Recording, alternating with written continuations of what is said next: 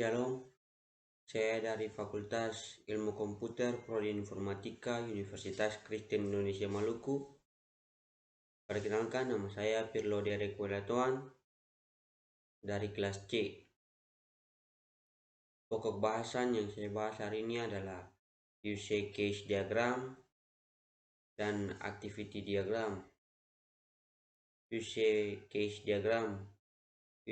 diagram adalah satu dari berbagai jenis diagram UML atau Unified Modeling Language yang menggambarkan hubungan interaksi antar sistem dan aktor.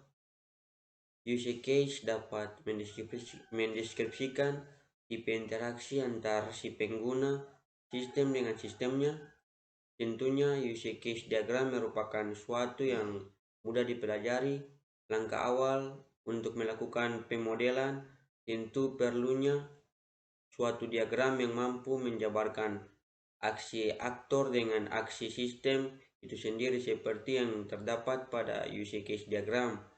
Adapun fungsi dari use case diagram sebagai berikut: berguna memperlihatkan proses aktivitas secara urut dalam sistem, mampu menggambarkan proses bisnis, bahkan menampilkan urutan aktivitas pada sebuah proses sebagai break atau jembatan antara pembuat dengan konsumen untuk mendeskripsikan sebuah sistem.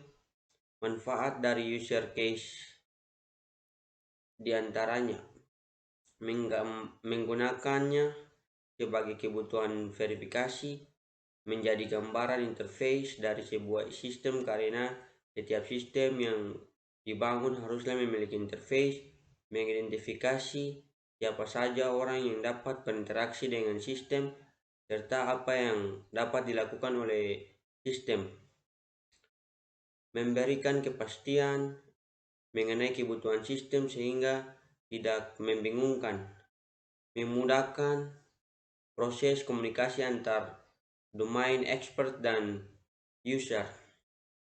Contoh use case diagram. Fitur pertama, OVO adalah aplikasi yang pintar yang memberikan kemudahan dalam berinteraksi atau OVO case, serta berfungsi untuk mengumpulkan poin di banyak tempat atau OVO points. Inilah contoh use case diagram studi kasus pada OVO. Gambar di samping merupakan contoh use case diagram pada OVO. Adapun penjelasannya sebagai berikut. User, orang yang dapat mengakses atau menggunakan aplikasi OVO serta mulai dari login ke aplikasi hingga melakukan aksi terhadap aplikasi seperti top up, saldo, transfer, dan payment. Registrasi. Register merupakan langkah pertama yang dilakukan user ketika ia mempunyai akses pada aplikasi OVO, mendaftarkan data diri ke dalam aplikasi agar dikenal. Login. Setelah mendapatkan akun, user akan melakukan login agar dapat mengakses berbagai fitur aplikasi OVO. Top up, suatu kegiatan yang dilakukan user untuk mengisi ulang saldo OVO. Terdapat dua pilihan alternatif untuk melakukan top up saldo, yaitu melalui ATM dan internet banking. Transfer berfungsi untuk mengirim atau membagikan saldo dalam aplikasi OVO ke pengguna lain, baik sesama OVO atau ke rekening tertentu. Payment, ketika user memilih menu payment, maka user dapat melakukan pembayaran lewat aplikasi. Contoh use case diagram fitur kedua. Dari use case di samping, kita bisa melihat beberapa aktor, yaitu dosen pengajar, dosen pembimbing, staf admin, mahasiswa. Adapun sedikit penjelasan aktivitas setiap aktor, yaitu dosen pengajar membuat jadwal, melakukan absensi, mengisi daftar nilai. Dosen pembimbing mengisi KRS, staf admin membuat jadwal, mengisi KRS, mengisi daftar nilai.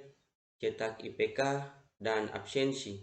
Mahasiswa cetak jadwal, mengisi KRS, cetak IPK, dan cetak IPK kumulatif.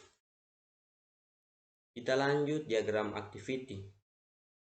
Activity diagram merupakan jenis diagram UML atau Unified Modeling Language yang menggambarkan mengenai aktivitas apa saja yang terjadi pada sebuah sistem. Secara umum diagram ini menampilkan langkah-langkah proses sistem dari awal hingga akhir. Dari tahapan tersebut kita dapat mengetahui kinerja sebuah sistem sejauh mana. Selain itu pembangunan dan pengembangan sistem akan lebih teratur. Sebagai penggambaran adalah langkah-langkah membuat roti, namun ditampilkan dalam bentuk grafis. Sekali struktur dari diagram ini mempunyai dengan flow chart. Berikut ini merupakan fungsi dari activity diagram. Sebuah activity diagram dibuat dan disusun berdasarkan use case, memberikan gambaran bisnis serta urutan aktivitas pada setiap prosesnya, menunjukkan aktivitas proses pada suatu sistem secara berurutan. Contoh diagram activity, fitur pertama. Yang pertama, admin melakukan login sistem. Yang kedua, selanjutnya sistem akan memverifikasi username dan password yang telah dimasukkan. Apabila username dan password yang dimasukkan benar, maka sistem akan menampilkan menu utama. Namun apabila salah, sistem akan mengembalikan lagi ke bagian login. Kemudian admin selanjutnya masuk ke menu obat keluar sistem, maka sistem secara otomatis akan menyimpannya ke dalam database. 4. Lihat data yang tersimpan kemudian cetak. 5. Sistem akan menampilkan data yang hendak dicetak lalu cetak. 6. Menerima hasil cetakan. Contoh diagram activity fitur kedua. Seorang admin bisa melakukan input data dari sebuah sistem yang ada. Suatu sistem tersebut pada akhirnya akan memproses permintaan dari admin. Setelah itu sistem tersebut akan menampilkan from input data yang ada. Admin kemudian memasukkan data yang sesuai dengan from isian.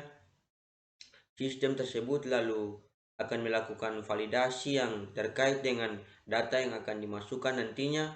Setelah semua proses yang berjalan dinyatakan benar, maka akan dilakukan penambahan data. Jika inputan yang dimasukkan ke dalamnya salah ataupun tidak valid, secara otomatis sistem akan menampilkan pesanan obat yang dikonsumsi tidak ada dalam daftar. Setelah itu, sistem akan memberikan pilihan untuk membuat daftar baru. Sekian dan terima kasih penjelasan dari saya. Shalom.